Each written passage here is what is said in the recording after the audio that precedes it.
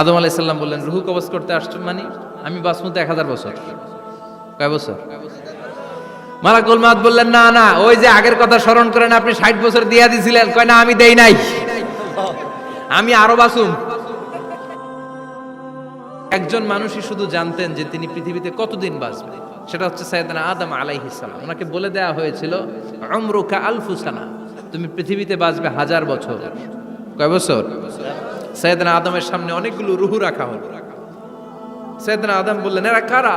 আল্লাহ বললেন, এরা হচ্ছে নাসালুক, তোমার বংশধর, পৃথিবীতে তোমার পর এরা পৃথিবীতে আসবে।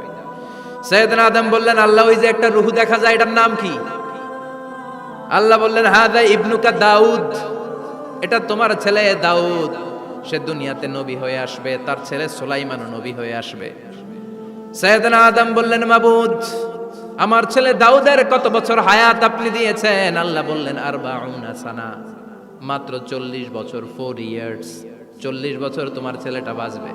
ও আল্লাহ, আমি বাঁচবো কয় বছর? তুমি বাঁচবা 1000 বছর। সুবহানাল্লাহ। সাইয়েদনা আদম বললেন, মাবুদ, এত ফুটফুটে সুন্দর আমার ছেলে দাউদ, মাত্র 40 বছর দিলেন কেন? জিদ মিন উমরিহি, বাড়ায়া দেন। কি করেন? সুপারিশ করতেছে পোলার লাইগা। কে? বাবা। আল্লাহ, আপনি বাড়ায়া দেন। আল্লাহকে বাড়ানো যাবে না, লেখা হয়ে গেছে। রুফিআতিল আকলাম ওয়া জাফফাতিস সুহুফ, কলম তুলে নেওয়া হয়েছে আর কালি শুকায় গেছে, আর কিছু করা যাবে? সাইয়েদনা আদম বললেন, মাবুদ, আমার 1000 বছর কেন দিলেন? আমার এই সুন্দর ফুটফুটে ছেলেটারে মাত্র শুধুমাত্র 40 বছর কেন দিলেন? ও মাবুদ, আমার 1000 বছরের দরকার নাই, আমার 1000 বছর থেকে 60 বছর আমি আমার ছেলেরে দিয়ে দিলাম।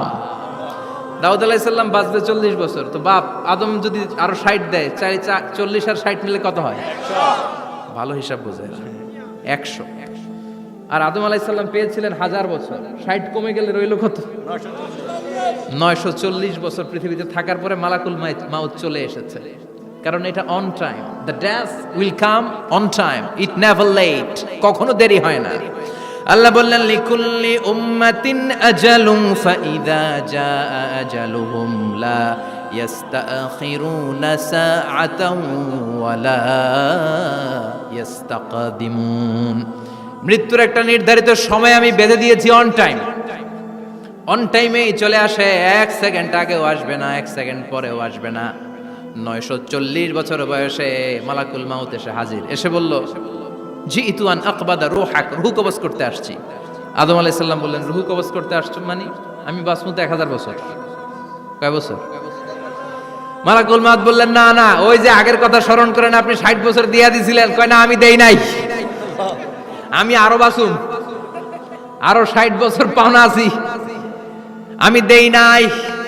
মালাকুল মাউত বললেন, আপনি দিয়েছেন? আদম বলে, দেই নাই। মালাকুল মাউত বলে, আল্লাহ, ঘটনা দেখেন। দিয়া কয়, দেই নাই। আল্লাহ কয়, থাক, কথা কইস না, আয়া পড়। সুবহানাল্লাহ পড়েন। নাসিয়া আদম ফানাসিয়া বানু, ভুলে গেছেন উনি। আমরা ভুলে যাই, আমরা খেয়ে বলছি খাই নাই, নিছিলাম পকেটে, কয় নেই নাই। এরকম ডাকাইত আছে না নাই?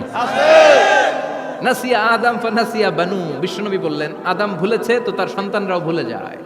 জাহাদা আদম ফাজাহাদা যুররিয়াতু, আদম অস্বীকার করেছে, তার সন্তানরাও অস্বীকার করে। সেদিন থেকে আল কিতাব ওয়া শুহুদ, মানে লিখে রাখার সিস্টেম আর সাক্ষীর সিস্টেম চালু হয়েছে। সুবহানাল্লাহ পড়েন। সুবহানাল্লাহ। 940 বছর বয়সে মালাকুল মাউত এসে আদম আলাইহিস সালামের রূহ নিতে পারে নাই। উনি 1000 বছর যখন হয়েছে তখন এসে সাইয়েদনা আদম আলাইহিস সালামের রূহ কবজ করেছে। যেই দিন পৃথিবীর প্রথম মানব, প্রথম নবীর রূহ মালাকুল মাউত দুনিয়া এসে কবজ করেছে, ওই দিনটাও ছিল জুমাবার। সুবহানাল্লাহ।